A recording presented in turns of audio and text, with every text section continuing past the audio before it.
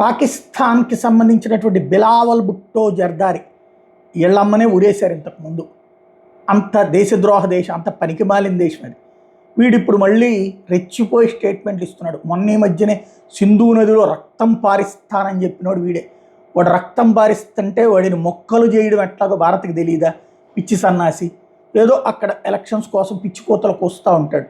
వీడు తాజాగా మరొకసారి వార్నింగ్ ఇస్తున్నాడు. ఏదైతే అమిత్ షా తాజాగా హెచ్చరికలు స్పష్టం చేశాడు కదా, ఎట్టి పరిస్థితుల్లో సింధు జలాలు మేమే వాడతాం అన్నటువంటిది. ఈ సందర్భంలో వీడు చెప్పేటటువంటి స్టేట్మెంట్ ఏంటయ్యా అంటే యుద్ధానికి సిద్ధమట. 2 నదుల్ని వదిలిపెట్టకపోతే దానికి ప్రతిగా యుద్ధం చేసి 6 నదుల్ని స్వాధీనం చేసుకుంటాం అన్నటువంటి తాజా హెచ్చరికలతో స్టేట్మెంట్లు ఇస్తున్నాడు.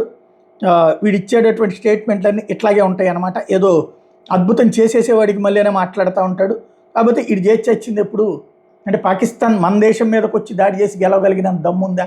అదే ఇక్కడ $1 మిలియన్ ప్రశ్న.